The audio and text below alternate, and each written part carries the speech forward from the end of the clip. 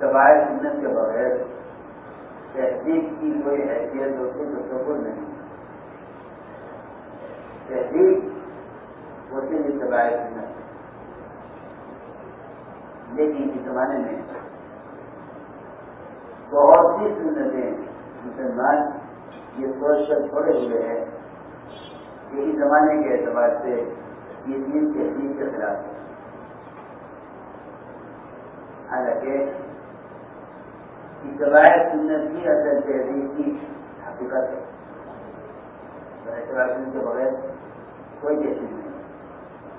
یہود و نصارہ کے طریقے مسلمانوں میں اتنے عام ہو گئے ہیں کہ ان کی سنت کی جگہ غیروں کے طریقوں نے لے لی. اور اب یہود و نصارہ کے طریقے مسلمانوں کے درمیان تہذیب سمجھے جانے لگے.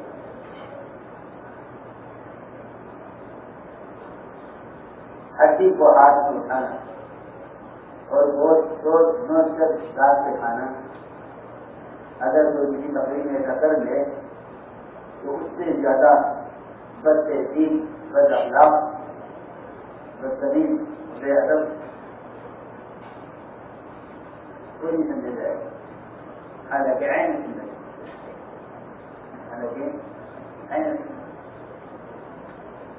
کوئی اوپر بیٹھ کر کھائے گا تو مایوس لگے گا، کوئی پلیٹ بھی حساب کرے گا تو مایوس لگے گا. آپ بھی سنت دیکھو گے وہ سنتیں روایتی طریقوں کے غالب آ جانے کی وجہ سے معلوم ہونے لگے گی. اور بڑے بیاقت ہیں وہ لوگ جو کسی ماحول میں اس وجہ سے سنت پر عمل نہ کریں کہ لوگ سنت پر ہٹیں گے، ہم ذریعہ بنیں گے، وہ بڑے بیاقت لوگ ہیں. حالانکہ احیاء سنت کہتے ہی اس کو ہیں کہ ایسے ماحول میں سنت پر عمل کرنا جہاں سنت پر عمل کرنے کا موقع اور ماحول نہیں. سنت کا احیاء اس کو کہتے ہیں، مخالف ماحول میں سنت پر عمل کرنا، اس کو احیاء سنت کہتے ہیں.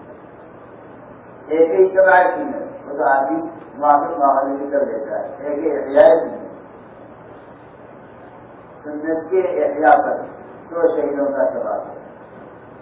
سنت کے احیاء پر ہے، یعنی آپ ایسے ماحول میں سنت پر عمل کریں اس ماحول میں ایسے لوگ ہیں جو سنت کو مایوس سمجھتے ہیں یا کہ سنت کے عمل پر کو پسند نہیں کرتے، ایسے ماحول میں سنت پر عمل کرنا یہ احیاء سنت. اس لیے کہ جہاد کہتے ہیں مخالف ماحول میں عمل کرنا، اس لیے سنت کے احیاء پر تو شہیدوں کا ثواب. لوگ سمجھتے ہیں کہ اس پر عمل نہ کرو یہاں، کیونکہ لوگ دیکھ کر ہنسیں گے تو آپ ذریعہ بنیں گے لوگوں کے ایک سنت پر ہنسنے کا. حالانکہ یہ خیال بالکل باطل خیال ہے. اگر کوئی سنت پر ہنستا ہے تو براہ راست محمد صلی اللہ علیہ وسلم پر ہنستا ہے. اور اللہ نے فرمایا انا کفیناک المستہزئین، انا کفیناک المستہزئین. نبی جی آپ پر ہنسنے والوں کے لیے ہم کافی ہیں، اللہ فرما رہے. اس لیے کسی ماحول میں اتباع سنت پر ذرا بھی تعامل نہ کیا کرو.